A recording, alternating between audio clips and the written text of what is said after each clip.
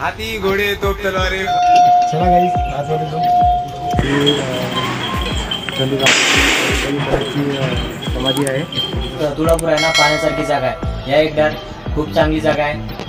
संभाजी महाराजांची समाधी आहे आणि खाली इंद्रायणी नदी, जे 3 नद्यांचं जिथं संगम होतं ते पण इथंच आहे। इंद्रायणी, धामा आणि भीमा या 3 नद्यांचं संगम इथं होतं। अजून जर काही दाखवण्यासारखं असलं तर आम्ही दाखवतो। कंटिन्यू करा ब्लॉग। जर ब्लॉग आवडला असेल तर लाईक करा आणि चॅनलला सबस्क्राईब करा। तर चला कंटिन्यू करा व्हिडिओ। चला निखिल पण सांगणार आहे आता ब्लॉग बघत राहा। तर चला तुम्ही माझ्या मागे बघू शकता, इथं श्री छत्रपती संभाजी महाराजांची समाधी आहे। तिथं आता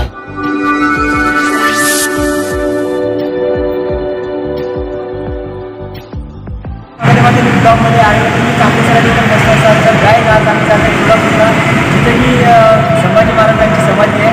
तर आता आम्ही तिथे जाणार आहे। आम्ही 3 मित्र आहे, एक आहे रवी आणि निखिल। आम्ही तिथे जाणार आहे। तर लवकर कारण की आता आम्ही आळंदीमधून जाणार आहे तुळापूरला। तर चला डायरेक्ट आता भेटू तुळापूरला। सगळे तुमच्या सर्वांचं स्वागत आहे। तर आता आम्ही तुळापूरला आलो आहे। इथं संभाजी महाराजांची समाधी आहे। छत्रपती संभाजी महाराज आम्ही इथं आलो आहे। आता आम्ही बघू शकता आणि आता आम्ही अंदर जाणार आहे। याच्याबद्दल 2 शब्द आता काही रवी सांगणार आहे, तर ते तुम्ही ऐका। जसे की काही तुम्हाला माहीत आहे की संभाजी महाराजांनी धर्मासाठी आपल्या प्राणाची आहुती दिली होती। तर इथं संभाजी महाराजांचे तुकडे करून नदीमध्ये फेकलेले होते। आता आम्ही आतमध्ये जाणार, तुम्हाला संपूर्ण माहिती देणार। तुम्ही आमच्या चॅनलसोबत जुळून राहा। चला काही अंदर गेला।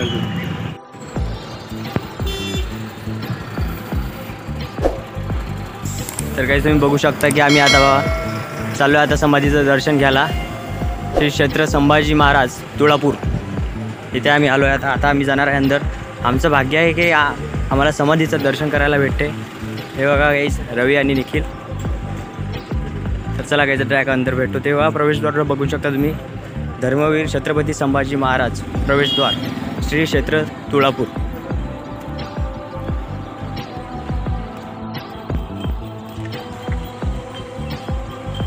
इथं श्री चंदूची समाधी आहे। आपण त्यांचं दर्शन करून घेऊ। पण तुम्हाला मी इथून महाराजांची हे दाखवतो समाधी।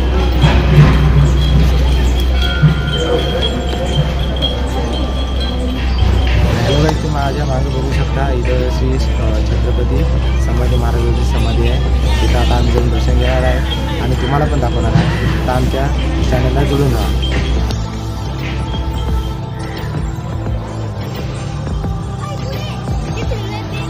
तुम्ही बघू शकता आम्ही आता महाराजांचं दर्शन घेतलेलं आहे। तुम्ही माझ्या पाठीमागे बघू शकता इथं भीमा मामा आणि होळी आहे। तिथं महाराजांची आहे। तिथं महाराजांना गाडी सुरू होते। आता आम्ही खाली जाणार आहे। तुम्हाला दाखवणार आहे की अजून तिथं काय काय आहे। तुम्ही आमच्या चॅनलवर घेऊन राहा। अजून पुढे भेटू।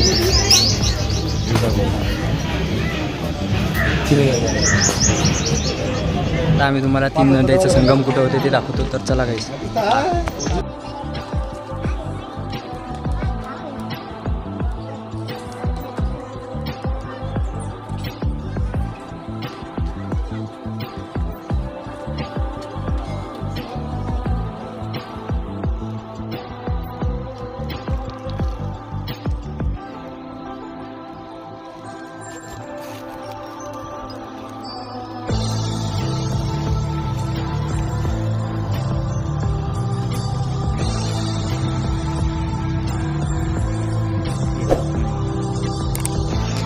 हॅलो भाई, तुम्ही बघू शकता ही नदी आहे इंद्रायणी, भीमा आणि भामा।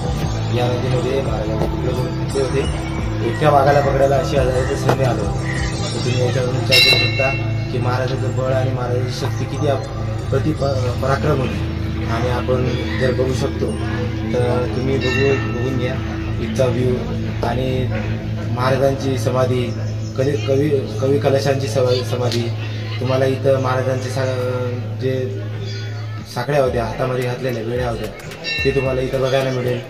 आणि इथचा व्ह्यू बघून आम्हाला एकच वाटते काही की महाराज असे होते ते आमच्या अंगाला अजून पण त्यांचं नाव घेतो, आमच्या अंगाला काटे येतात.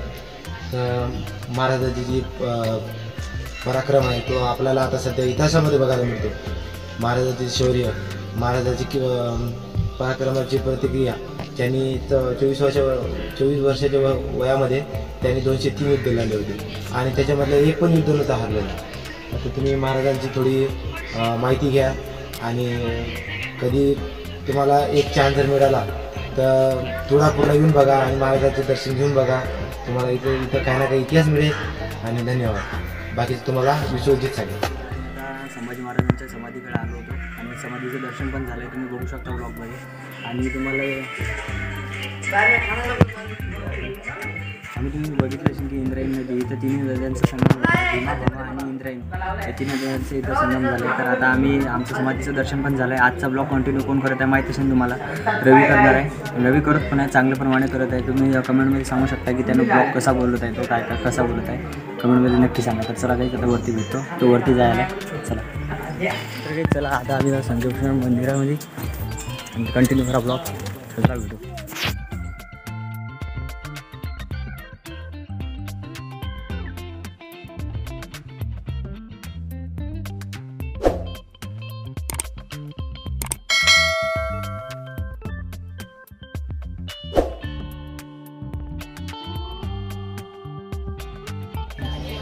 तर हॅलो, चला आता आपण संगमेश्वर मंदिरामध्ये जाऊ दर्शन करायला. तिथं तुम्हाला काही महाराजांच्या जुन्या आठवणी पण बघायला मिळतील.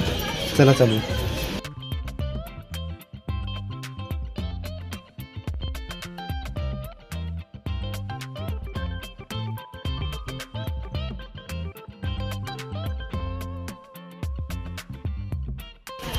त्यावेळेस तुम्ही बघू शकता आम्ही संगमेश्वर मंदिरामध्ये आलो आहे. तर आता दर्शन करू. तुम्हाला बाहेरचा परिसर पण बघू शकता.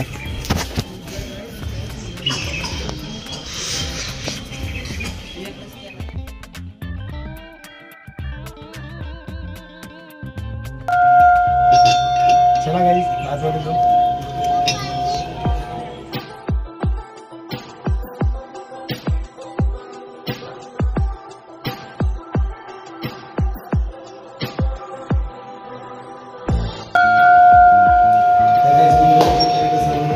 काम बनलेलं आहे.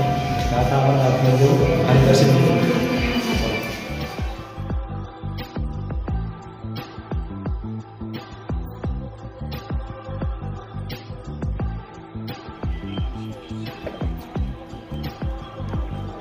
तर काहीच तुम्ही बघू शकता, हे संगमेश्वराच्या मंदिराचा मागचा भाग आहे.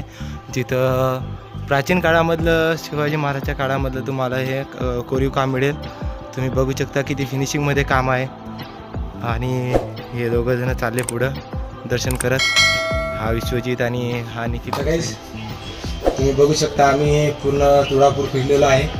तर आम्हाला जी अपेक्षा होती ती तर दिसलेली नाही आहे. जसे की महाराजांना ज्या साकाड्यांडामध्ये बांधलेलं होतं ते आम्हाला दिसलेलं नाही आहे. ते म्हणते तर असे म्हणत होते की ते महाराजांच्या समाधीच्या जेव्हा मृत्यू झाला तेव्हाच त्या दिवशी निघते म्हणे. असं डबल घडी बघायला मिळत नाही. पूजा करायच्या टायमाला ते काढत असते.